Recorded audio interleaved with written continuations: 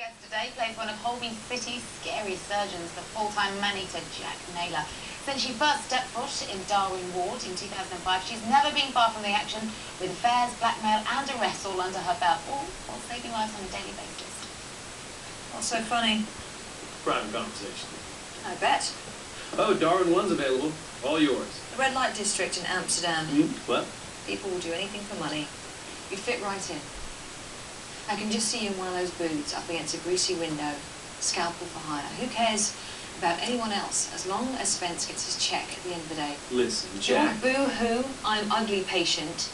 Nearly cost mine his life. Well, next time. There won't be a next time. This ends today. Ooh, here to tell us more, please welcome Rosie Marcel.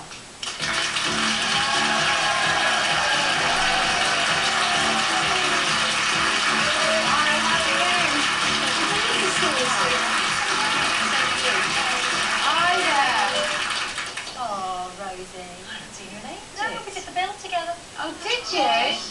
You've been going forever, though. You've been acting since you were a child. Yeah, since I was 3, so a good 31 years now. 3? Yeah. Extremely pushy mother. So what on earth? I can't get my 3-year-old to eat a carrot. How on earth does she get you to act? She used to beat us a lot. With carrots, yeah. We were just very into it. We really enjoyed it. My brother did it, my sister did it, my dad was a director, so we just live a dramatic family, really. What was your first part then? That was playing Fairy at the National Theatre in Midsummer Night's Dream. You start at the National Theatre? Yeah. What did you go on? Oh, it was awesome, fluttering about with wings and things like that. 3-year-old loves all that. It's brilliant, yeah. That's good. And now you're in hospital. And now I'm in hospital, yeah. I know enough to do some damage, but not enough to do any good. How long have you been at Holby now? It's been a while, isn't it? I'm on my 6th year.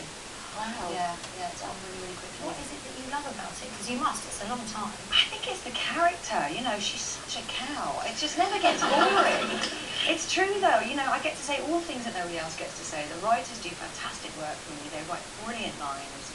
It's like a great big family. I mean, you know what it's like when you guys work together. You just love everybody there, so I wouldn't want to leave and You've get rid of some me. pretty scandalous things as well, haven't you?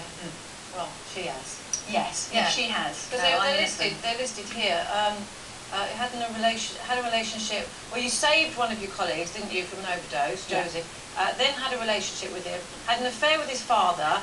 Turned your hand to blackmail. Been attacked by a patient. Been arrested for attempted murder. Yeah. And also, you crashed your motorbike. Pretended to be pregnant. Gave away a kidney. Yeah. It's a brilliant list, isn't it? Yeah.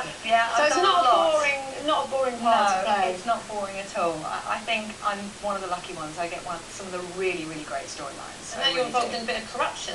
Is it A bit of corruption, yeah. I'm playing both sides because we have the plastic teams that have turned up now and they're trying to sort of take over Darwin, and the cardiothoracic team might close down. So I'm basically playing both sides. And we'll see who comes out on top, and I'm always on the side I'm always off, which is mine.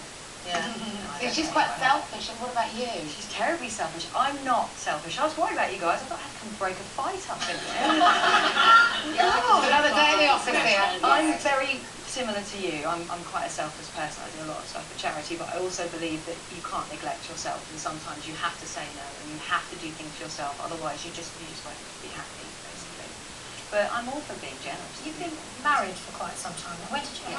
7 years. 7 years. But didn't you just go and have quite a selfish, some might say, wedding? Yeah, we went to Yeah, we eloped. It was really, really good. It wasn't so much that there we are. It wasn't so much that it was kind of selfish. We were very, very poor. I'd just come off the back of a really, really long-term illness, and we didn't have any money. So it was £1,200. It was terribly cheap.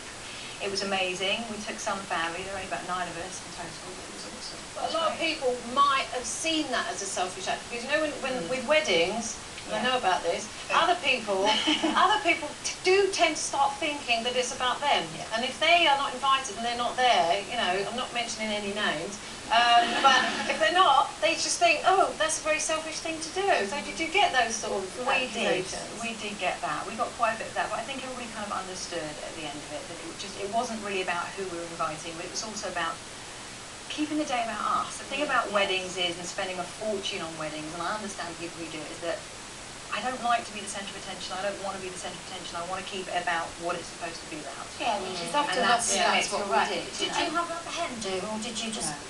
You didn't? No, I didn't have a hen do. But as you You're alluded not going to catch me out on that one. Do you like the whole idea of going out with a load of girls and getting trolleyed and being wild and... I like the idea of having a girls' night out, but I don't like the idea of getting trolleyed. I mean, I'm a lightweight anyway. I get drunk on half a glass of wine. I'm a horrible cheap date, so I wouldn't last for the whole night anyway. But doesn't stop Carol.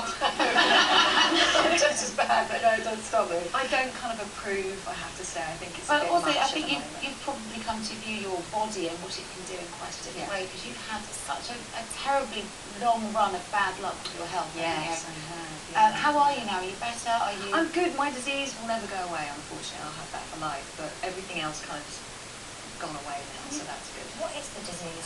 It's called Behçet syndrome. It's an inflammatory disease. Basically, the best way to sort of explain it is my immune system attacks my own body. So it creates problems where there aren't problems. And it manifests itself in lots of nasty, horrible And is that the illness that put you in bed for 2 years? Yes, yeah. I couldn't walk for about a year properly. I was on 2 walking sticks. I lost my eyesight partially. I lost my memory. And you've beaten very cancer nice. on top of all of I that. did. That was about 3 years ago. I just got another all clear the other day, so I'm really, Well, really pleased with that. congratulations. Yeah, Aren't you yeah, just it's a great asset? Thank you. Thank you for coming by. You have good health, and Thank you. you know, a real inspiration for anybody watching at home that maybe has their own battle with their health at the moment. Holby City's on Tuesday the 7th of June at 8 o'clock on BBC One. Come back and see us again. It's Rosie, Marcel, everyone.